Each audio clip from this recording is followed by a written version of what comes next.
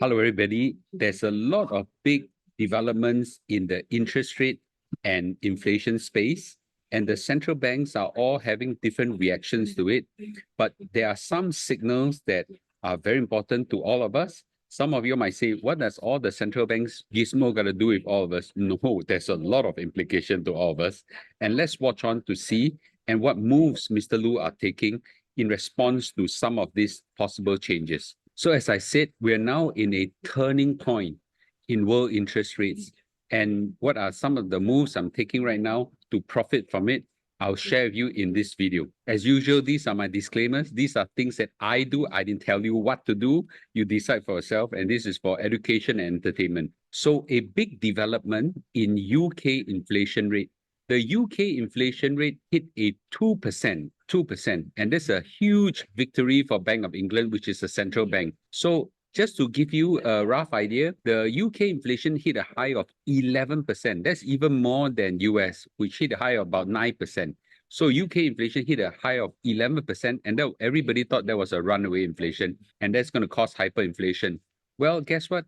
They reacted swiftly like most central banks. What they quickly did was to embark on a contractionary monetary policy, and that brought the inflation down to a 2% right now. And that's a journey of 20 months, okay, 20 months. So they already hit their target for headline inflation. And that's a huge congratulations to the Chancellor of UK. So now they're going to elections and hope that this good news will help the ruling party to get some points. Well, let's watch on. But the core inflation rate and the service inflation is still high. And that's something that is still concerning for the Bank of England. So the core inflation rate remains at 3.5%. So core inflation rate generally removes some of the more volatile items like food and energy. And the service inflation, which are more labor intensive, stays quite high at 5%. These are quite concerning to the Bank of England, especially on the service inflation. Interestingly, the service inflation, which is manpower related, labor cost related, is stubbornly staying high across the world, not just in UK. If you were to look at the pink graph, the goods inflation has actually went negative. So this is what we call deflationary. An inflation rate that is coming down is called disinflation. When it hits negative territory, it becomes deflation. So actually, service inflation is still high, goods inflation is negative, so the blended hits 2%. So that's the rough story for UK. What I want to say is this. Inflation is a global phenomena. It's not that in UK, the inflation is there means that, in US, they have a different inflation. In Singapore and Malaysia, we have a different inflation. Generally, yes, in a few percent point, but the direction is generally the same. So what happened in UK is a forward signal of what's happening in US.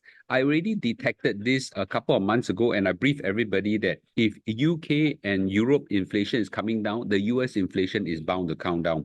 Some of you all take my advice and did what you want to do in the market. Good for you. Some of you all didn't watch and see. Now you've seen that what I've described has actually taken place. So this is now round two, right? So UK inflation is coming down. So what will happen to US inflation? You judge for yourself.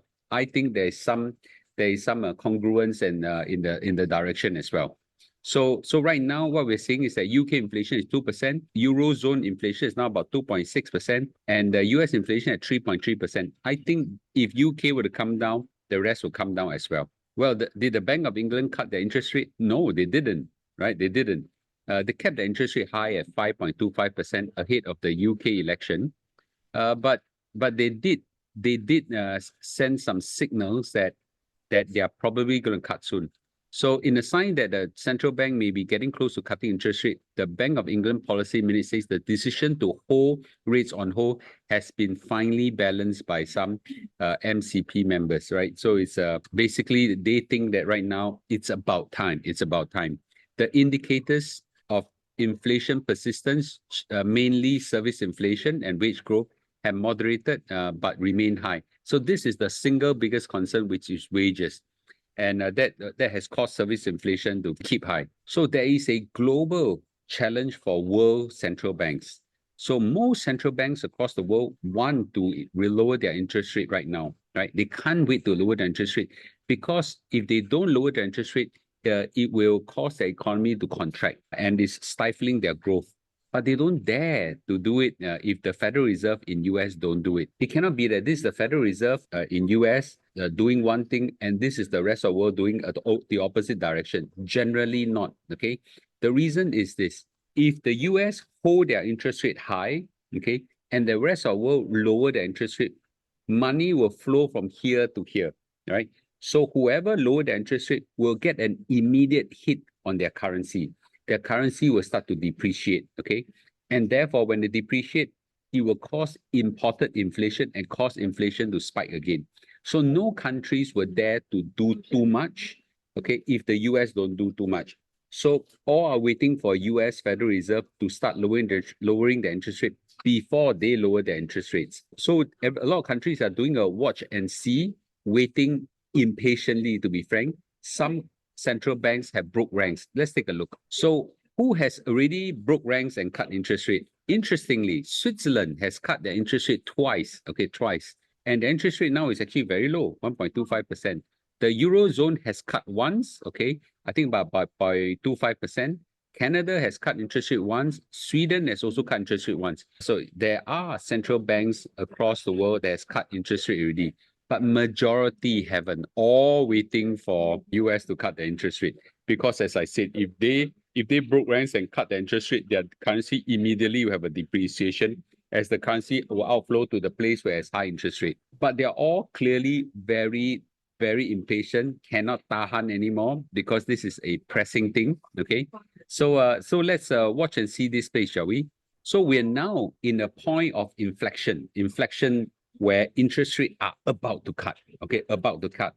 And I think everyone is just waiting for Federal Reserve to do it. The traders and the analysts are pricing in, okay, a 64% a chance that there will be at least one interest rate cut by September by the Federal Reserve, 65%. So it's about 2/3. And so I think this is a fair assumption. Okay, it's a fair assumption by September, one rate cut.